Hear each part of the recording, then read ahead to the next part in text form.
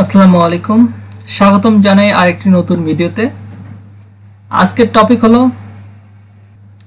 Shopify for loop.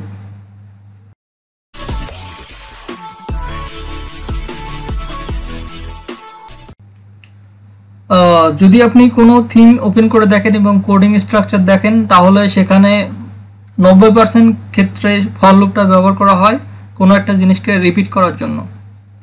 So আমরা এই টপিকটা ভালো করে কভার করব এবং আশা করি আপনি শপিফাই যে কোনো স্টোরের ফর লুপটা সহজে ধরতে পারবেন। চলুন শুরু করা যাক। প্রথমে আপনি যে পেজটা ক্রিয়েট করেছিলেন আমার সাথে টেমপ্লেটসে, সেখানে চলে আসবেন। আমি আপনাকে দেখাবো যে ফর লুপটা কেমন করে কাজ করে। আমরা জাভাস্ক্রিপ্টের ফরিন যে কনসেপ্টটা আছে ওইটা আগে ক্লিয়ার করে নিই। যদি আপনি না জেনে দেখেন তাহলে এটা আপনার জন্য ভালো হবে। জাস্ট দেখুন ফর ইন লুপ, ঠিক আছে।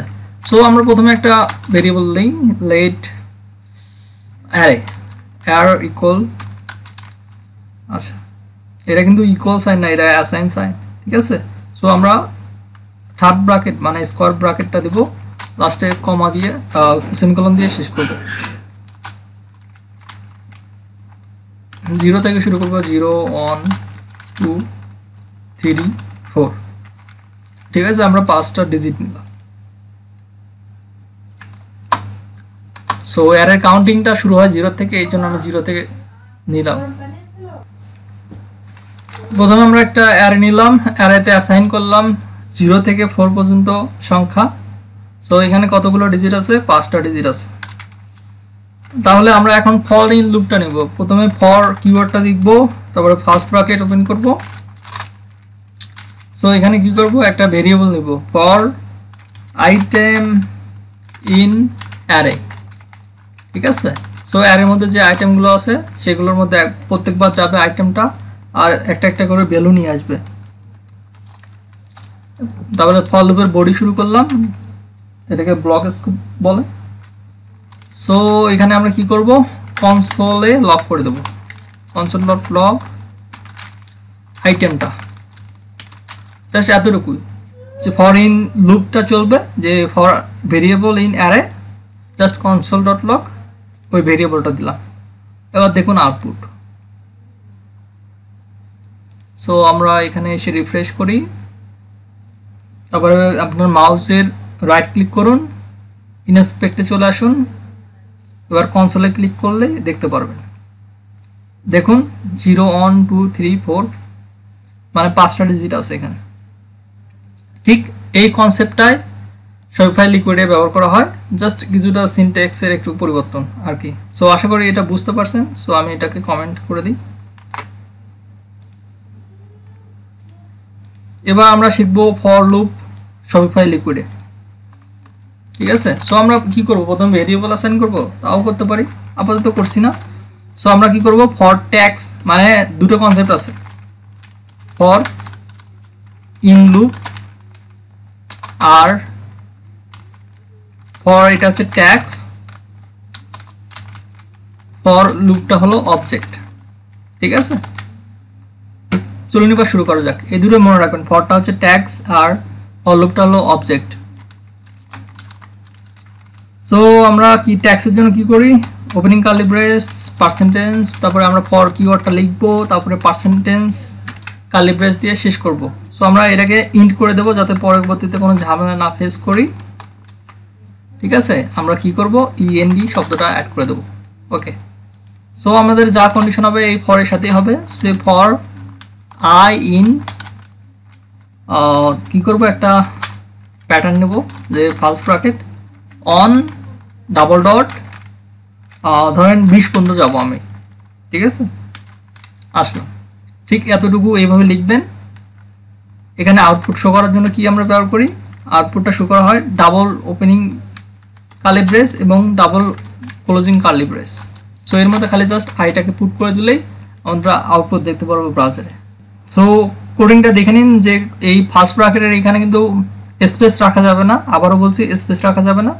এরপর আপনি আইটাকে ডাবল কার্লি ব্রেসের মধ্যে রাখলে আউটপুট শো করবে। সো দেখুন যে 1 থেকে 20 পর্যন্ত দেখাচ্ছে, এটা কিন্তু কাউন্টিংটা 1 থেকে শুরু হয়, কাউন্টিংটা কিন্তু 0 থেকে শুরু হয় না। সো আশা করি মাথায় রাখবেন বিষয়টা। সো আমরা এখানে ইফ কন্ডিশন চালাতে পারি, অনেক রকমের কন্ডিশন চালাতে পারি, এর মধ্যে আবারও ফর লুপ নিতে পারি যত ইচ্ছা, ঠিক আছে। সো এর মধ্যে ইফ কন্ডিশন আমরা চেক করতে পারি, percentage if for loop. For লুপটা হলো একটা অবজেক্ট। সো অবজেক্টকে অ্যাক্সেস করার জন্য কি করা হয়, একটা ডট দেওয়া হয়। ফর লুপ যদি ফার্স্ট হয়, যদি ফর লুপ ডট ফার্স্ট হয় তাহলে করব, লিখব কি, দিস ইজ ইন্ডেক্স নাম্বার 1। তারপরে এলস নামে একটা কন্ডিশন অ্যাড করে দিই, এলস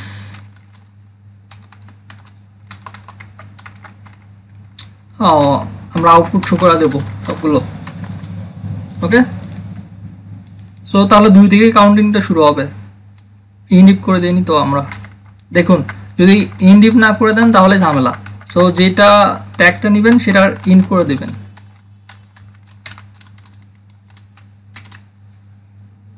সেভ করুন, এররটা চলে যাবে। বুঝতে পারলেন যে কোনো কিছু শুরু করলে সেটা ঠিকমতো ইন করবেন, তারপরে কোড লেখা শুরু করবেন। এবার রিফ্রেশ করুন, the index number is on, তারপর থেকে 2 থেকে শুরু হয়ে গেছে। যদি এইটুকু আমরা কেটে দিই তাহলে আপনি বুঝতে পারবেন। সেভ করুন, বুঝতে পারছেন the index number is on. যদি আমরা ফর লুপ ডট লাস্ট লিখি, ঠিক আছে, তাহলে the index number is 20। Save করুন, দেখতে পাচ্ছেন দ্য ইন্ডেক্স নাম্বার ইজ 20। যদি ফর লুপ ডট ইন্ডেক্স হয়, ফর লুপ ডট ইন্ডেক্স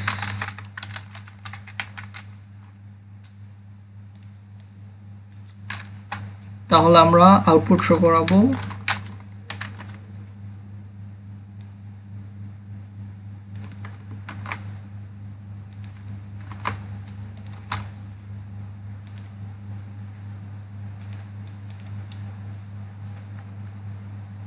দেখতে পাচ্ছেন যে কি অবস্থা।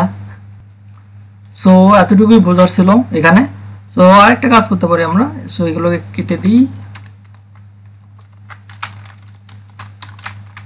আই। সো এটাকে আমরা হচ্ছে ফিল্টারের মাধ্যমে বিভিন্ন কিছু করতে পারি।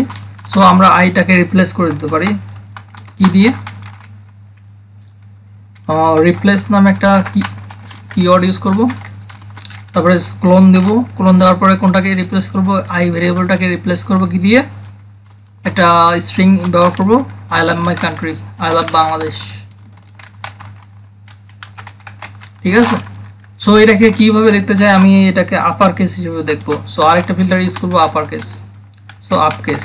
সো আপনি যারা যত ইচ্ছে ততগুলো ব্যবহার করতে চান, আমি এখানে শুধুমাত্র 3টা নেব। 3বার এটাকে হচ্ছে ইটারেট করব, মানে বারবার দেখাবো 3বার। সো এখানে সেভ করব।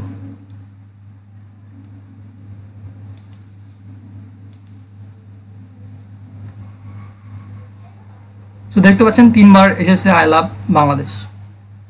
যখন আপনি থিমে কাজ করবেন তখন ঠিক এরকম কিছু কোড দেখতে পারবেন যে ফর লুপটা শুরু হলো, ফর লুপটা শেষ করলো, তারপরে প্রোডাক্ট নামে একটা ভেরিয়েবল নিয়েছে, তারপরে সেটা কোথা থেকে আসতেছে, সেটা আসতেছে এই যে কালেকশন অবজেক্ট থেকে, কালেকশন ডট প্রোডাক্টস, মানে কালেকশনে যতগুলো প্রোডাক্ট আছে সেগুলো এই প্রোডাক্টের মধ্যে এসে জমা হচ্ছে। সেই প্রোডাক্টেরগুলোর আমরা টাইটেল নিচ্ছি, প্রোডাক্ট ডট টাইটেল। যদি কোনো কিছু না থাকে তাহলে কালেকশন ইজ এমটি। সো এইটা হচ্ছে কালেকশন টেমপ্লেট থেকে এটা চলে আসতেছে, ঠিক আছে। সো পরে একটা ভেরিয়েবল নেম থাকবে, যে কোনো নাম নিতে পারেন, তারপরে ইন কিওয়ার্ডটা থাকবে।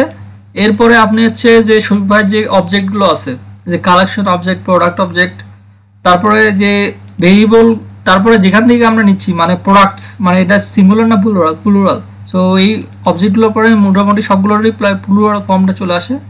সেই প্লুরাল ফর্ম থেকে একটা করে এই ভেরিয়েবলের মধ্যে এসে জমা হয়। এই ভেরিয়েবলের